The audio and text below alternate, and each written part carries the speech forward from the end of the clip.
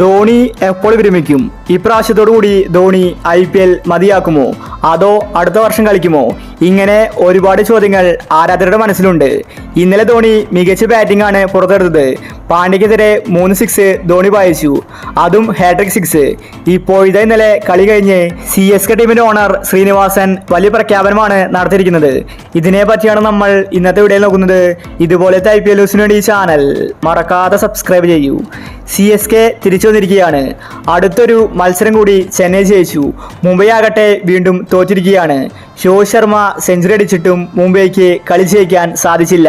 ഇന്നലെ ചെന്നൈ കളി ജയിച്ച ശേഷം CSKയുടെ ഓണർ ശ്രീനിവാസൻ പറഞ്ഞത് ഇങ്ങനെയായിരുന്നു: ചെന്നൈ ടീം ഇപ്പോൾ മികച്ച കളിയാണ് കാഴ്ചവെക്കുന്നത്, പ്രത്യേകിച്ച് MS ധോണി.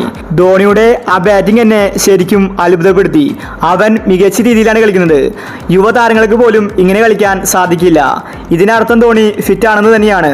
ചെന്നൈ ഫാൻസ് ആരും നിരാശരാകേണ്ട കാര്യമില്ല. MS ധോണി അടുത്ത വർഷവും ചെന്നൈ ടീമിൽ കളിക്കും. അതിനുള്ള ഫിറ്റ്നസ് അവനുണ്ട്. ഞാൻ ധോണിയുമായിട്ട് സംസാരിച്ചിരുന്നു. അടുത്ത വർഷവും കളിക്കാൻ ധോണി സമ്മതിച്ചിട്ടുണ്ട്. ധോണിക്ക് CSK ടീമിൽ കളിക്കാൻ എപ്പോഴും ഇഷ്ടമാണ്. ധോണി അതുകൊണ്ടാണ് IPL നിന്ന് വിരമിക്കാത്തത്. ധോണിക്ക് മറ്റു പരിക്കുകളില്ലെങ്കിൽ MS ധോണി അടുത്ത വർഷവും CSK ടീമിന് വേണ്ടി കളിക്കും. കളി ജയിച്ച ചെന്നൈ ടീമിന് അഭിനന്ദനങ്ങൾ അർപ്പിക്കുന്നുവെന്ന് ശ്രീനിവാസൻ വ്യക്തമാക്കി. ചെന്നൈ ഫാൻസ് ആവേശത്തിലാണ്.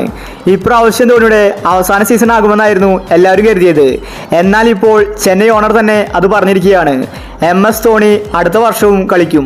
ശരിക്കും MS ധോണി കളിച്ചില്ലെങ്കിലും ചെന്നൈ ടീമിൽ ഉണ്ടായാൽ മതി. മാനേജ്മെന്റും ആരാധകരും ഹാപ്പിയാണ്. ധോണി ടീമിലുണ്ടെങ്കിൽ കളി CSK ജയിക്കുമെന്ന വിശ്വാസം അവർക്കുണ്ട്. കാരണം ധോണി തന്ത്രങ്ങളുടെ ആശാനാണ്. ഋതുരാജാണ് ക്യാപ്റ്റനെങ്കിലും കാര്യങ്ങൾ തീരുമാനിക്കുന്നത് MS ധോണിയാണ്. അപ്പോൾ ഇതുപോലത്തെ IPL ന്യൂസിന് വേണ്ടി ചാനൽ മറക്കാതെ സബ്സ്ക്രൈബ് ചെയ്യൂ.